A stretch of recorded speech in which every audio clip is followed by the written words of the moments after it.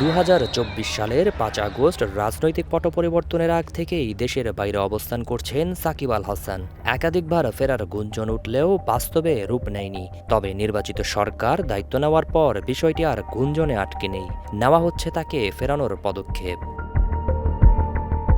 নতুন ক্রীড়া প্রতিমন্ত্রী আমিনুল ইসলাম দায়িত্ব নিয়েই এ বিষয়ে ইঙ্গিত দিয়েছিলেন।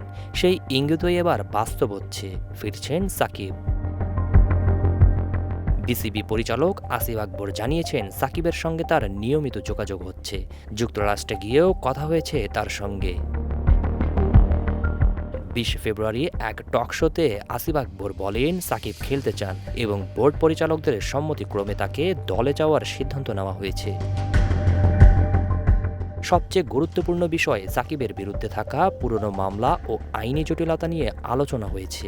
আসিফ আকবর জানিয়েছেন, 23 ফেব্রুয়ারির মধ্যেই ক্রীড়া প্রতিমন্ত্রীর মাধ্যমে সরকারের কাছে পৌঁছে দেওয়া হবে সাকিবের কেস ফাইল। এরপর সিদ্ধান্ত নেবে সরকার।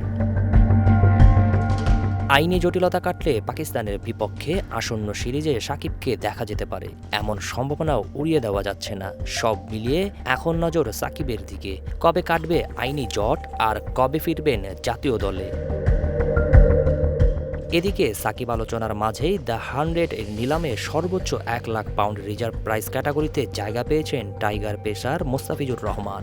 নতুন নিলাম পদ্ধতিতে এবার অংশ নিচ্ছেন 23 জন বাংলাদেশি ক্রিকেটার। জহির রায়হান, দেশ রূপান্তর।